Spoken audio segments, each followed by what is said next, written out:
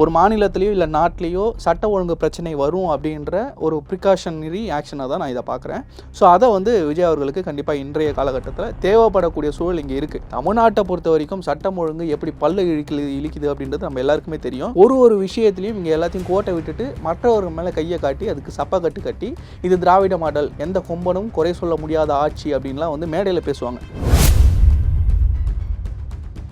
எண்ணில் அடங்காத பல விஷயங்களில் இங்கே உளவுத்துறை ஃபெயிலியர் இருக்குது. சட்டம் ஒழுங்கு பிரச்சனை, ஒரு மணல் கொள்ளையை எதிர்த்து போராடக்கூடிய அதிமுக நபரை கொல்லக்கூடிய அளவுக்கு இங்கே சூழ்நிலை இருக்குது. ஸோ இப்படி போய்கிட்டு இருக்க காலகட்டத்தில் விஜய் அவர்களுக்கு ஏதாவது ஒன்று நடந்துருச்சுன்னு வச்சுக்கோங்களேன், யாராலையுமே இங்கே வந்து சட்டம் ஒழுங்கை கண்ட்ரோல் பண்ண முடியாது. ஏன்னா எல்லாருமே யங்ஸ்டர்ஸ். நீங்கள் அவங்களுக்கு சொல்லி இந்த பிரச்சனையை புரிய வைக்கிறதுக்கு முன்னாடியே பிரச்சனை எல்லாருமே வந்து உச்சத்துக்கு போய் முடிஞ்சிருக்கும். ஸோ அந்த ஒரு நிலை வரக்கூடாதுன்றதுனால அந்த அமைப்பில் பார்த்திங்கன்னா 2 BSF அதிகாரி, அதாவது NSCலேருந்தோ இல்லை வந்து கமாண்டோ ட்ரைனிங் எடுத்த 2 பேர் சென்ட்ரல் கவர்மெண்ட் சார்பாக இங்கே வந்து ஃபிக்ஸடாக இருப்பாங்க. 8லேருந்து 11 பேர் இங்கே லோக்கல் ஸ்டேட் கவர்மெண்ட்டோடைய போலீஸ் டிபார்ட்மெண்ட் எடுத்து அவங்களுக்கு வந்து கூட செக்யூரிட்டி ஃபோர்ஸாக இருப்பாங்க. அவங்க ஷிஃப்ட் பேசிஸில் வந்து ஒர்க் பண்ணுவாங்க. ஸோ இது எந்த காலம் வரைக்கும் இருக்கும், எத்தனை வருஷம் இருக்கும், எத்தனை மாதம் இருக்கும்ன்றது சரியாக தெரியல.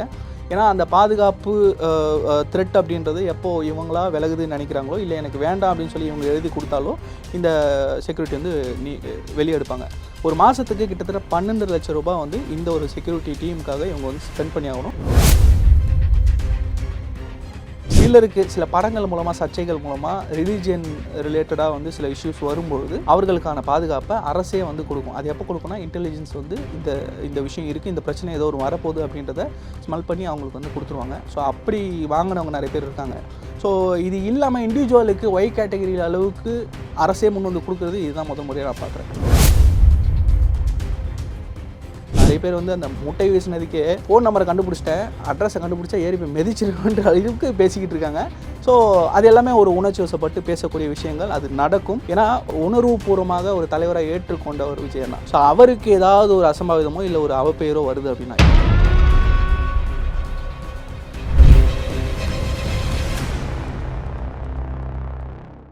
ரியல் ஒன் நேயர்களுக்கு வணக்கம். இன்று நம்மளுடைய நேர்காணலுக்கு தமிழ்நாடு இளைஞர் கட்சியை சேர்ந்த திரு நரேஷ் அவர்கள் இணைஞ்சிருக்காங்க. பிரதர் வணக்கம். வணக்கம் பிரதர், எப்படி இருக்கீங்க? நலமாக இருக்கேன். விஜய் அவர்களுக்கு ஒய் பிரிவு பாதுகாப்பு வந்து கொடுத்துருக்காங்க. இந்த ஒய் பிரிவு பாதுகாப்பு அப்படிங்கிறது பதவியில் இருக்கிறவங்களுக்கு கொடுக்கறது அப்படிங்கிறது ஓகே, இல்லை ஆளும் கட்சியாக இருக்கக்கூடிய அதை சார்ந்த நபர்கள் எம்எல்ஏ எம்பி இல்லை அந்த கட்சியில் ஏதோ ஒரு பொறுப்பில் இருக்கிறவங்களுக்கு கொடுக்கக்கூடாது அப்படிங்கிறத நம்ம பார்த்துருக்கோம். விஜய் அவர்கள் இப்போ தான் அரசியலுக்கு வந்து ஓராண்டுகளை வந்து நிறைவு செஞ்சுருக்கார். அவருக்கு கொடுப்பதற்கு உண்டான காரணம் என்ன அப்படிங்கிற மாதிரி ஒரு டவுட் வந்து இருக்குது. இன்னொரு விஷயம் என்ன அப்படின்னா, கொலை மிரட்டல் ஏதாவது வந்திருக்கா, எப்படி சார்? இன்றைக்கி வந்து பார்த்திங்கன்னா ஒய் கேட்டகரி செக்யூரிட்டியை விஜய் அவர்களுக்கு கொடுத்துருக்காங்க. யார் கொடுத்துருக்காங்கன்னா உள்துறை அமைச்சகம் கொடுத்துருக்காங்க. ஸோ அதற்கு ஏதாவது த்ரெட் வந்திருக்குமா அப்படின்னு கேட்டிங்கன்னா, ரீசெண்டாக சில ஆடியோஸ்லாம் நம்மளுக்கு வந்து ஸ்ப்ரெட் ஆகிட்டு இருந்தது. நாங்கள் வந்து வெளியே வந்தார்னா நாங்கள் அழுகிற முட்டையை அடிப்போம் அப்படின்லாம் சிலர் ரஜினி ரசிகர்கள் போர்வையில் ஒரு விஷயங்கள் வந்து பேசியிருந்தாங்க. அது வெளியே வந்திருந்தது. ரஜினி சார் அவருடைய தரப்பில் வந்து இந்த மாதிரி எங்களுடைய ரசிகர்கள் யாரும் பண்ண மாட்டாங்க, பண்ணவும் போகிறது இல்லை, இது எங்களுடைய போர்வையில் வேறு யாரோ பண்ணுறாங்க, இதை வந்து அரசு வந்து விசாரிக்கணும் அப்படின்றத சொல்லியிருந்தாங்க. ஸோ இது வந்து எந்த ஒரு ரசிகருமே வந்து இந்த மாதிரி பண்ண மாட்டாங்க. ஸோ அரசியலுக்கு வரக்கூடியவர்களுக்கு இருக்கக்கூடிய த்ரெட் கண்டிப்பாக இருக்கா அப்படின்னிங்கன்னா விஜய் அவர்களுக்கு வந்திருக்கு. அதனால தான் இந்த ஒரு முன்னெச்சரிக்கை நடவடிக்கை எடுத்திருக்கிறத நான் பார்க்குறேன். ஏன் சொல்கிறேன் அப்படின்னா, நீங்கள் முதல்ல கேட்டிங்க இது வந்து அரசியல்வாதிகளுக்கோ எம்எல்ஏ எம்பிஸ்க்கு கொடுக்கக்கூடிய கேட்டகரி, அப்படி கிடையாது. நம்ம நாட்டில் எடுத்திங்கன்னா எஸ்பிஜி இருக்குது, அதுக்கப்புறம் Z+ category, Z category, Y+ category, X வரைக்கும் இருக்குது. ஸோ இது எல்லாமே வந்து தனிநபர் ஒருத்தருக்கு கொடுக்கறதுக்கான வாய்ப்புகள் இருக்குது. அவங்க விஐபியாக செலிப்ரிட்டியாக இல்லை வந்து பொலிட்டிக்கலி நல்ல ஃபேம் உள்ள ஒரு நபராக இருந்தாங்கன்னா அவங்களுக்கு கொடுப்பாங்க, அவங்களுடைய லைஃபுக்கு த்ரெட் இருக்கும் பட்சத்தில். ஸோ இப்போ Z+ கேட்டகரியில் பார்த்திங்கன்னா பல செலிப்ரிட்டிஸ்க்கு இருக்குது. அதே மாதிரி அதுக்கு அடுத்தபடியாக ரீசெண்டாக இப்போ வந்து ஒய் கேட்டகரியில் கங்கனா ரனவுத் வந்து அவங்க ரிக்வஸ்ட் பண்ணி கேட்டிருந்தாங்க. அவங்க பிஜேபியில் இருக்காங்க. ஆமாம், அவங்க இருக்காங்க. பட் நான் அவங்க பேசின சர்ச்சையான சில விஷயங்களெல்லாம் அவர்களுக்கு லைஃப் த்ரெட் இருக்குது, நிறைய ஓப்பனான மிரட்டல்கள் வந்ததுனால அவங்க ரெக்வஸ்ட் பண்ணி கேட்டு அந்த ஒரு கேட்டகரி செக்யூரிட்டியை அவங்க வாங்கி வச்சுருக்காங்க. ஸோ இது வந்து சிலர் செயல்பாடுகளால் அவர்களுக்கு ஏதாவது ஆபத்து நேர்ந்தால் ஒரு மாநிலத்திலேயோ இல்லை நாட்டிலேயோ சட்ட ஒழுங்கு பிரச்சனை வரும் அப்படின்ற ஒரு ப்ரிகாஷனரி ஆக்ஷனாக தான் நான் இதை பார்க்குறேன். ஸோ அதை வந்து விஜய் அவர்களுக்கு கண்டிப்பாக இன்றைய காலகட்டத்தில் தேவைப்படக்கூடிய சூழல் இங்கே இருக்குது. தமிழ்நாட்டை பொறுத்த வரைக்கும் சட்டம் ஒழுங்கு எப்படி பல்ல இழிக்குது அப்படின்றது நம்ம எல்லாருக்குமே தெரியும். ஒரு விஷயத்துலையும் இங்கே எல்லாத்தையும் கோட்டை விட்டுட்டு மற்றவர்கள் மேலே கையை காட்டி அதுக்கு சப்பக்கட்டு கட்டி இது திராவிட மாடல், எந்த கொம்பனும் குறை சொல்ல முடியாத ஆட்சி அப்படின்லாம் வந்து மேடையில் பேசுவாங்க. இங்கே நடக்கிறது ஒரு நாளும் அனுதினமும் கொலைகள், கற்பழிப்புகள், ஒரு விஷயங்களையும் நம்ம பார்த்துக்கிட்டு தான் இருக்கோம். அதான் நடவடிக்கை எடுக்கிறேன்னு சொல்லிட்டாங்களே. நான் இப்போ அதுக்கு ஒரு உதாரணமும் சொல்கிறேன். தமிழ்நாடு இன்டெலிஜென்ஸ் ஃபெயிலியர் அப்படின்றதுக்கு நம்ம ஒரு விஷயம் வந்து பேச வேண்டியதில்லை. ஒவ்வொரு விஷயத்துலையும் தமிழ்நாடு இன்டெலிஜென்ஸ் ஃபெயிலியர் ஆகிருக்கு. அது நம்ம கள்ளக்குறிச்சி அந்த ஸ்கூல் மாணவி தற்கொலை அந்த ஸ்ரீமதி வழக்கில் நம்ம பார்த்தோம். அதற்கு அவ்வளோ பெரிய கூட்டம் கூடுது அப்படின்றத உளவுத்துறை முன்னாடியே கெஸ் பண்ணியிருக்கணும். அங்கே அதற்கான முன்னெச்சரிக்கை நடவடிக்கை எடுத்திருக்கணும். அதை பண்ணலை, கோட்டை விட்டாங்க. நம்ம இப்போது ரீசெண்டாக திருப்பரங்குன்றத்துலேயும் பார்த்தீங்கன்னா அங்கேயும் இந்த இஷ்யூ பெருசாகும் அப்படின்றத முன்னாடியே உளவுத்துறை ஸ்மெல் பண்ணியிருக்கணும். அதையும் வந்து பண்ண விட்டுட்டாங்க. இந்த மாதிரி வந்து நமக்கு எண்ணில் அடங்காத பல விஷயங்களில் இங்கே உளவுத்துறை ஃபெயிலியர் இருக்குது. சட்டம் ஒழுங்கு பிரச்சனை. ஒரு மணல் கொள்ளையை எதிர்த்து போராடக்கூடிய அதிமுக நபரை கொல்லக்கூடிய அளவுக்கு இங்கே சூழ்நிலை இருக்குது. ஸோ இப்படி போய்கிட்டு இருக்க காலகட்டத்தில் விஜய் அவர்களுக்கு ஏதாவது ஒன்று நடந்துருச்சுன்னு வச்சுக்கிங்களேன், யாராலையுமே இங்கே வந்து சட்டம் ஒழுங்காக கண்ட்ரோல் பண்ண முடியாது. ஏன்னா எல்லாருமே யங்ஸ்டர்ஸ். நீங்கள் அவங்களுக்கு சொல்லி இந்த பிரச்சனையை புரிய வைக்கிறதுக்கு முன்னாடியே பிரச்சனை எல்லாருமே வந்து உச்சத்துக்கு போய் முடிஞ்சிருக்கும். ஸோ அந்த ஒரு நிலை வரக்கூடாதுன்றதுனால முன்னெச்சரிக்கையை எடுத்திருக்காங்க நடவடிக்கை. ஸோ இது விஜய் அவர்கள் தரப்பில் இருந்து இன்னும் எந்த ஒரு தெளிவான அறிக்கையும் வரலை. ஸோ விஜய் சாரை பொறுத்த வரைக்கும் நம்மளால் நம்ம சுற்றி இருக்கிறவங்களுக்கு எந்த பாதிப்பும் வந்துடக்கூடாதுன்னு நினைக்கக்கூடிய ஒரு நபர் தான். தன்னுடைய தொண்டர்களோ நண்பர்களோ இவங்க யாருக்குமே எந்த ஒரு பாதிப்பும் ஏற்பட்டக்கூடாதுன்னு நடக்கிறவர். நீங்கள் ரீசெண்டாக அவர் போன இடங்களில் என்னென்ன நடந்ததுன்னு பார்த்தோம். ஒரு இடத்துல அவர் உள்ளே போயிட்டார் அப்படின்னா அவர் வெளியே கொண்டு வரதுக்கு ரொம்ப வந்து சிரமப்படுறாங்க. அந்த க்ரௌடை வந்து கண்ட்ரோல் பண்ண முடியல. முதல்ல இந்த க்ரௌடில் எதுனா நடக்கலாம். விஜயகாந்த் அவர்களுடைய மரணத்தில் சில விஷயங்கள் நடந்தது, நம்ம அதை பார்த்தோம். இன்றைக்கி முட்டை வீசும், அதுவும் அழுகுன முட்டை வீசும் அப்படின்ற ஒரு ஆடியோ வரும். அழுகுன முட்டையா ஆசிட் முட்டையா இருக்கலாம். இருந்தால் யாரால் தடுக்க முடியும்னு நினைக்கிறீங்க? ஸோ இன்றைக்கி வீசக்கூடணும்னு முடிவு பண்ணிட்டான், அவன் உள்ளே வந்துட்டான் அப்படின்னா அவன் எதை வேணால் வீசலாம். அவன் வந்து ஒரு பாம்பு போடலாம், இல்லை ஆசிட் அடிக்கலாம், இல்லை வேறு எதாவது பண்ணலாம். நீங்கள் அது நடக்கிறதுக்கு முன்னாடி தடுக்கிறது தான் வந்து சிறந்த விஷயமா இருக்கும். நடந்ததுக்கப்புறம் நீங்கள் இவன் பண்ணிட்டான், இல்லை இதுக்கு பின்னாடி அவங்க இருக்காங்கன்ற ஒரு வியாக்கியானம் பேசுவாங்க இல்லையா, அதெல்லாம் தேவையே இல்லை. ஸோ இந்த ஒரு ஆக்ஷன் கண்டிப்பாக அவருக்கு தேவைப்படுது அப்படின்றது தான் நான் நினைக்கிறேன். ஓகே பிரதர், இப்போ நீங்கள் சொல்லும்போது எனக்கு வந்து ஒரு விஷயம் தோணுது. கொலை மிரட்டல் அப்படிங்கிறதுனா இது திமுக சைட்லேருந்து ஏதாவது வந்ததா, இல்லை தொலைபேசியின் வாயிலாக ஏதாவது வந்ததா, எப்படி ப்ரோ? இல்லை, இதை வந்து மிரட்டல்கள் வந்திருந்தது அப்படின்னா அவங்க அதிகாரப்பூர்வமாக அறிவிச்சா தான் அது நம்ம பேச முடியும். ஆனால் இன்றைக்கி நடக்கக்கூடிய சூழல்கள் சென்ட்ரல் மினிஸ்ட்ரியிலேருந்து இவங்களுக்கு வந்து பாதுகாப்பு கொடுக்கணும் அப்படின்னு முன் வந்திருக்காங்கன்ற பட்சத்தில் ஏதோ ஒன்று நடந்திருக்கு. அது சென்ட்ரல் லெவலில் இருக்கக்கூடிய இன்டெலிஜென்ஸ் பீரோவுக்கு இன்ஃபர்மேஷன் போயிருக்கு. ஸோ அதன் அடிப்படையில் அவங்க ஆக்ஷன் எடுக்காங்க. ஏன்னா கிட்டத்தட்ட ஒரு 80 பேருக்கு தான் Y+ கேட்டகரி இந்தியா முழுக்கவுமே இருக்குது. அந்த 80 பேருக்கு எந்த மாதிரியான த்ரெட் இருக்குது, அதற்கான சாத்தியக்கூறுகள் என்ன, எந்த மாதிரியான கான்வர்சேஷன், ஏதாவது வாட்ஸ்அப் குரூப்பில் போயிருக்கா, இல்லை வேறு ஏதாவது மூலமாக வந்து இங்கே வந்து பணம் பரிமாற்றம் நடந்திருக்கா, இல்லை பேச்சுவார்த்தை நடந்திருக்கா, இதெல்லாம் வந்து விசாரிப்பாங்க. ரவுடிஸ் மத்தியில் அவங்க என்ன ஏதாவது பேசியிருக்காங்களா, இல்லை கட்சிகள் மத்தியில் ஏதாவது ஒரு சந்தேகப்படக்கூடிய விஷயங்கள் நடந்திருக்கா அப்படின்றதெல்லாம் அவங்க வாட்ச் பண்ணி தான் இன்றைக்கி இந்த நடவடிக்கை எடுத்திருக்காங்க. ஸோ உண்மையிலே இதில் வந்து 2 BSF அதிகாரிகள் வரப்போகிறாங்க.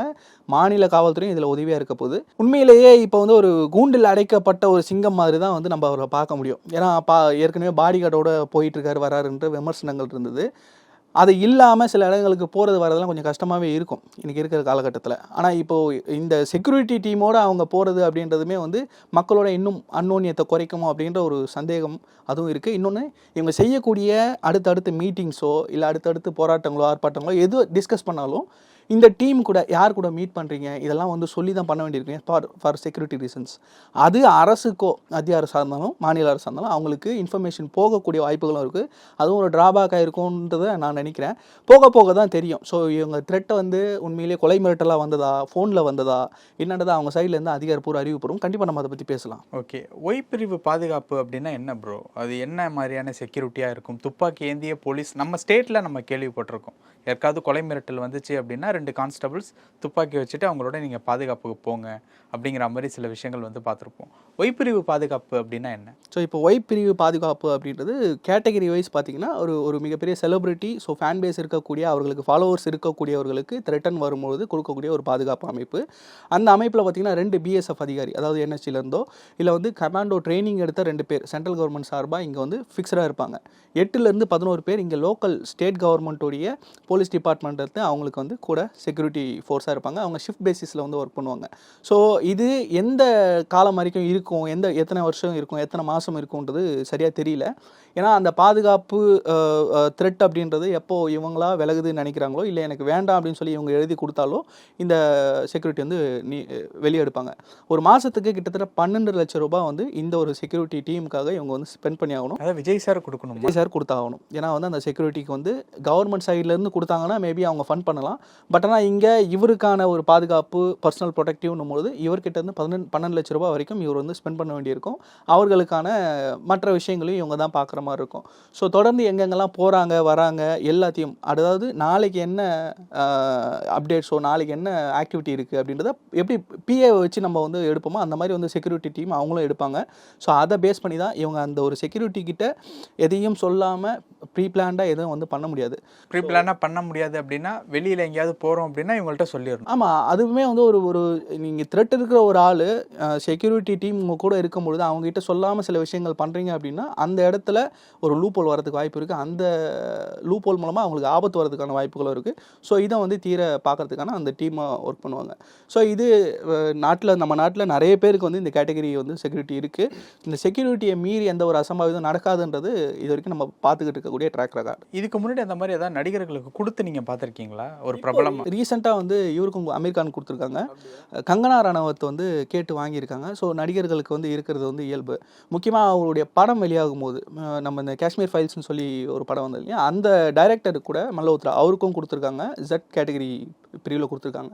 ஸோ இது எல்லாமே வந்து ஒரு செலிபிரிட்டிஸ்க்கு, அதாவது சினி ஃபீல்டு இருக்கிறவங்களுக்கு வர்றது வந்து ரியாலிட்டியில் இருக்கு. சொல்கிற 2 நபர்களுமே காஷ்மீர் ஃபைல்ஸாக கூட இருக்கட்டுமே எல்லாமே வந்து நார்த் சைடு தான் போயிட்டு இருக்கு. நம்ம சவுத் சைடு அப்படிங்கிறது வந்து இது கொஞ்சம் புதுசோ. சவுத் சைடில் வந்து நம்ம பார்த்துருக்கோம். சிலர் வந்து எனக்கு உயிருக்கு அச்சுறுத்தல் இருக்குது, ஆபத்து இருக்குன்னு சொல்லி சில கட்சிகளை சேர்ந்தவங்க போயிட்டு கட்சிகளை சேர்ந்தவங்கிறது ஓகே போயிட்டு கேட்பாங்க. நான் சொல்கிறேன், அதுதான் சொல்ல வரேன். இப்போ இங்கேருந்து போயிட்டு கேட்டு அந்த மாதிரியான ஸ்டேட் போலீஸ் கிட்ட இருந்து சப்போர்ட் எடுக்கிறவங்களும் நம்ம பார்த்துருக்கோம். சினி ஃபீல்ட்லேருந்து இந்த மாதிரி வந்து செக்யூரிட்டி இது கேட்டு நம்ம யாரும் பார்க்கல. ஏன்னா அவங்களே பர்சனல் பாடி கார்ட்ஸ் வச்சுக்கோங்க. சினி ஃபீல்டை பொறுத்த வரைக்கும் அவங்க பல லட்சங்கள் பல கோடிகள் வந்து சம்பாதிக்கிறவங்க. சில லட்சங்களை பாடி கார்ட்ஸ்க்கு வந்து ஸ்பெண்ட் பண்ணுறதுக்கு அவங்க யோசிக்க மாட்டாங்க. எங்கே வெளியே போனாலும் சரி, ஷூட் போனாலும் சரி, பாடி கார்ட்ஸோட போகிற வழக்கம் இருக்குது. ஸோ அதை தாண்டி அவங்களுக்கான த்ரெட் வந்து வர்றதுக்கான வாய்ப்புகள் இல்லை. அதனால் அவங்க யாரும் இந்த ஒய் கேட்டகரியோ எக்ஸ் கேட்டகரியிலையோ வந்து போய் கேட்டது கிடையாது நிறைய. ஸோ சிலருக்கு சில படங்கள் மூலமாக சர்ச்சைகள் மூலமாக ரிலீஜியன் ரிலேட்டடாக வந்து சில இஷ்யூஸ் வரும்பொழுது அவர்களுக்கான பாதுகாப்பை அரசே வந்து கொடுக்கும். அது எப்போ கொடுக்கும்னா இன்டெலிஜென்ஸ் வந்து இந்த விஷயம் இருக்குது, இந்த பிரச்சனை ஏதோ ஒரு வரப்போகுது அப்படின்றத ஸ்மெல் பண்ணி அவங்களுக்கு வந்து கொடுத்துருவாங்க. ஸோ அப்படி வாங்கினவங்க நிறைய பேர் இருக்காங்க. ஸோ இது இல்லாமல் இண்டிவிஜுவலுக்கு ஒய் கேட்டகரி அளவுக்கு அரசே முன் வந்து கொடுக்குறது இதுதான் முதல் முறையாக நான் பார்க்குறேன். ஓகே, கேள்விப்பட்ட வரைக்கும் மார்ச் மாதம் இல்லை பிப்ரவரி இறுதியில் நடைப்பயணம் மேற்கொள்ள போகிறாங்க அப்படிங்கிற மாதிரி ஒரு விஷயம் வந்து கேள்விப்பட்டோம். அஃபிஷியலாக அனௌன்ஸ் பண்ணலனாலும் பின்னணியில் வந்த தகவல் படி நம்ம அதை வந்து பார்த்தோம். இப்போ அது நடக்கிறதுக்கு முன்னாடி இப்போ வந்து ஒய் பிரிவு பாதுகாப்பு அப்படிங்கிறது, இந்த ஒய் பிரிவு பாதுகாப்போட விஜய் சார் வர்றாரு அப்படின்னா அந்த மக்கள்கிட்ட நீங்கள் சொன்ன அதே விஷயந்தான், அந்த அந்நுண்ணியம் அப்படிங்கிறது கொஞ்சம் விலகி இருக்கும். இது எல்லாத்தையும் தாண்டி அந்த மக்கள் மத்தியில் போய் நின்று அவங்கக்கிட்ட வந்து பேசி அவங்க குறைகளை கேட்டு அறிகிறது அப்படிங்கிறது கொஞ்சம் கஷ்டமான விஷயந்தான். அதுக்கு இந்த நடைப்பயணம் அப்படிங்கிறது சாத்தியமாகுமா, இல்லை நடைப்பயணமே கேன்சல் ஆகுவதற்கு வாய்ப்பு இருக்கா? இல்லை, இவங்க ஆக்சுவலாக பிளான் பண்ணது வந்து இன்றைக்கி நேற்று பிளான் பண்ணல. கட்சி ஆரம்பிக்கிறது நம்ம சொல்லியிருந்தோம். பட் கொலை மிரட்டல் இன்றைக்கி தானே வருது. அதுதான் ஏற்கனவே ஆரம்பித்த விஷயங்கள். அதெல்லாம் நடத்துறதுக்கு எந்த மாதிரியான சாத்தியக்கூறுகளோ அதை அரசு செஞ்சு கொடுக்கணும். ஒரு கட்சி இந்த த்ரெட் இருக்கிறதுனால இந்த பொலிட்டிக்கல் ஈவெண்ட்ஸ் பண்ண முடியல அப்படின்றத வந்து ஏற்றுக்க முடியாது. அதை வந்து அரசு வந்து அதற்கான வழிவகைகளை செய்யும். இப்போ நீங்கள் விஜய் சாரே எடுத்துக்கங்க, நீங்கள் கேட்ட மாதிரி இந்த மாதம் இறுதியில் ஒரு பொதுக்குழுவோடைய கூட்டம் ஒன்று இருக்குது, பிளான் பண்ணியிருக்காங்க. ஸோ மகாபலிபுரத்தில் யாரும் பார்த்துட்டு இருக்காங்க. அது இன்னும் ஃபைனல் ஆகலை. மகாபலிபுரத்தில் தான் நடத்த போகிறாங்களா இல்லை வேற எங்கேயும் நடத்த போகிறாங்களான்னு தெரியல. ஏன் ப்ரோ பனையூர் ஆஃபீஸ் அந்த அளவுக்கு ஸ்ட்ரென்த் இல்லையா, தாங்காதா? இல்லை, 4000 பேர்கிட்ட வந்து அந்த பொதுக்குழுன்றது நீங்கள் வந்து அந்த இயக்கத்தில் இருந்தே தொடர்ந்து வரக்கூடிய மூத்த நிர்வாகிகளை அந்த பொதுக்குழுவில் வச்சுருப்பாங்க. முக்கிய தீர்மானங்கள் பொதுக்குழுவுடைய பெரும்பான்மையோடைய அந்த ஓட்டு எடுத்து தான் வந்து செயல்படுத்துவாங்க. ஸோ அறிக்கைகள் அப்புறம் வந்து தீர்மானங்கள் இதெல்லாம் நிறைவேற்றப்படும். இதெல்லாம் வந்து பொதுக்குழு நடக்கும். ஒரு ஆண்டு இந்த பொதுக்குழு கூட்டி, ஓராண்டுக்கு அப்புறம் பொதுக்குழு கூட்டி இப்படி ஒரு ஈவெண்ட் நடத்துகிறாங்க அப்படின்னும்போது அது எங்கே நடத்தலாம் அப்படின்ற ஒரு விஷயம். இன்னொன்று இந்த த்ரெட்டு, இந்த செக்யூரிட்டி இதெல்லாமே வந்து அவர்களுக்குமே ஒரு புது அனுபவமாக தான் இருக்க போகுது. என்ன பண்ணுறாங்கிறத நம்ம பொறுத்து இருந்து பார்க்கணும். முக்கியமாக அடுத்து நடைப்பயணம் நீங்கள் கேட்ட மாதிரி மக்களோட அந்யோன்யம் இருக்குமா அப்படின்றது நம்மளுக்குமே சந்தேகமாக இருந்துச்சு. கேன்சல் ஆகுமா? இல்லை, கேன்சல் ஆகிறதுக்கான வாய்ப்புகள் இல்லை. ஏன்னா வந்து இன்றைக்கி Y category, Z category, Z plus கேட்டகரிலாம் கூட நீங்கள் கொடுக்கலாம். அதை தாண்டி மிகப்பெரிய கேட்டகரியான ஒரு செக்யூரிட்டி வந்து அவங்களுடைய இப்போ தோழர்கள் இருக்காங்க, நண்பர்களாக இருக்காங்க, தொண்டர்களாக இருக்காங்க, ரசிகர்களாக இருந்தவங்க, இவங்க எல்லாருமே தான் விஜய் சாருக்கு வந்து ஒரு முழு பாதுகாப்பு அரண். இவங்களை தாண்டி ஒரு தூசு கூட வராதுன்றதுல அவங்க ரொம்ப தெளிவாக இருக்காங்க. அது மிகப்பெரிய ஒரு செக்யூரிட்டி டீம் அது. ஸோ அந்த டீமை தாண்டி இந்த மக்களை வந்து இவங்க சந்தித்து இவங்க கொண்டு போய் சேர்ப்பாங்க, அவங்களுடைய கட்சியுடைய அடுத்த நடவடிக்கைகளை கொண்டு போய் சேர்ப்பாங்கன்னு நம்புகிறோம். ஸோ அதுவே மிகப்பெரிய செக்யூரிட்டி. இப்போ நிறைய பேர் வந்து அந்த முட்டை வீசினதுக்கே ஃபோன் நம்பரை கண்டுபிடிச்சிட்டேன், அட்ரஸை கண்டுபிடிச்சா ஏறி போய் மிதிச்சிருவேன்ற அளவுக்கு பேசிக்கிட்டு இருக்காங்க. ஸோ அது எல்லாமே ஒரு உணர்ச்சி வசப்பட்டு பேசக்கூடிய விஷயங்கள், அது நடக்கும். ஏன்னா உணர்வுபூர்வமாக ஒரு தலைவராக ஏற்றுக்கொண்டவர் விஜயண்ணா. ஸோ அவருக்கு ஏதாவது ஒரு அசம்பாவிதமோ இல்லை ஒரு அவப்பெயரோ வருது அப்படின்னா, ஏன்னா ஒரு விஷயத்துலையும் அவர் யோசித்து செய்கிறாரு. ஏதாவது விமர்சனம் வந்து அதை மாற்றிக்கிறாரு, ஏதாவது தவறு நடந்தால் அதை திருத்திக்கிறாரு. இந்த எல்லா விஷயத்தையும் பார்த்து செய்கிறாரு. அப்படின்னும் போது இந்த கட்சியை அடிமட்ட தொண்டர்கள்லேருந்து கொண்டு போய் மக்கள்கிட்ட சேர்க்கணும் அப்படின்றதுல தெளிவாக இருக்காங்க. நடைப்பயணங்கள் போகும்பொழுது, மக்களுடைய பிரச்சனைகளை பேசும்பொழுது இன்னும் பெரிய அட்டென்ஷன் கிடைக்கும். ஆனால் அவர் அதுக்கான உடல் உழைப்பை இன்னும் 100 மடங்கு அதிகமாக போட வேண்டியிருக்கும். அதை போடக்கூடிய இடத்துல அவர் இருக்கார். ஏன்னா ஒரு கல்வி விருது வழங்கும் விழாவும் நம்ம பார்க்குறோம். அவர் பெரியார் சிலைக்கு வந்து மாலை போட்டதை பார்க்குறோம். அவர் வீட்டில் பெரியார் 5 தலைவர்களுக்கு, அவங்களுடைய கொள்கை தலைவர்களுக்கு சிலை வைத்து அவர்களுக்கு மாலை போடும்போது பார்க்குறோம். எல்லாத்தையும் தன் கையால் செய்கிறார்.